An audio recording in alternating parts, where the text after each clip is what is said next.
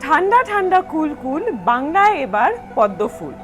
Before 23rd May, not many people would believe that this slogan would be said aloud on the streets of Bengal. But 18 seats in the state for the BJP and 40% vote share later, here we are.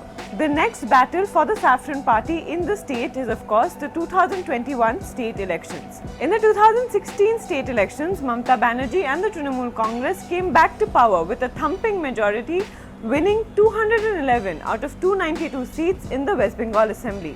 This time around, the battle might not be that smooth for Didi, and here are a few things she needs to do to ensure that the Jora Fool manages to trump the Poddo Fool in 2021. Number 1. Rein in the Trinamool's cadre. The biggest revelation of the Lok Sabha election was how the BJP performed exceedingly well in rural Bengal, which forms the majority of Mamata's voter base. This, as almost all social welfare schemes of the state like Kanya Shri or Rupo Shri are aimed particularly at rural Bengal and are also widely popular. Namely, the fact that the Trinamool's local leaders and musclemen are notorious for spreading unabated violence and terror, as the police and the local administration purposefully look the other way. Case in point, the Panchayat polls of 2018, where 50 people lost their lives due to poll-related violence and 34% of the seat went to the Trinamool Congress uncontested. If rural Bengal needs to be won again, the image of Mamata Banerjee as a savior as opposed to a terror needs to return again. Number 2. পাহাড় হাসছে জঙ্গল মহল হাসছে কিন্তু result দেখে মনে হয় দিদির ওপরেই হাসছে. The hill states continue to evade the Trinamool as the Gorkhaland undercurrent is seeming difficult to suppress, and efforts to include the sons of the soil in the government have also drawn to naught. Moreover, the BJP's NRC trope and the infiltrators bit seems to have worked in the bordering districts like Cooch Behar.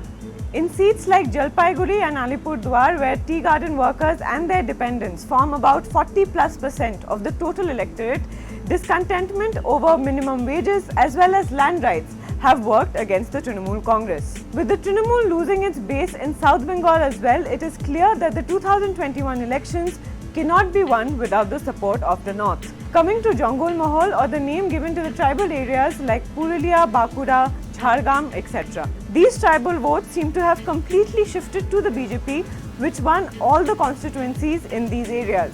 One reason for this, apart from the infighting within the Trinamool Congress, is how the RSS in the area worked closely with the BJP in order to extend its ground level organization as well as implement social welfare schemes like building schools, etc. in the area.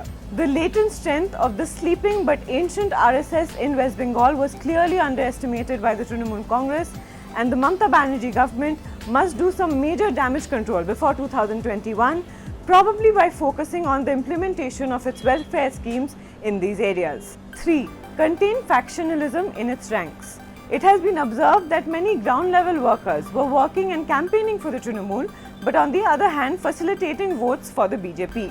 In seats like Ranaghat and Balurghat, it is heard that factions within the Trinamool that did not agree with the candidates being fielded actively worked against their own party. A wobbly middle-level leadership meant that this information did not reach the Trinamool top brass until it was too late. So maybe it's time to replace some middle-level leaders and check dissenters within the party.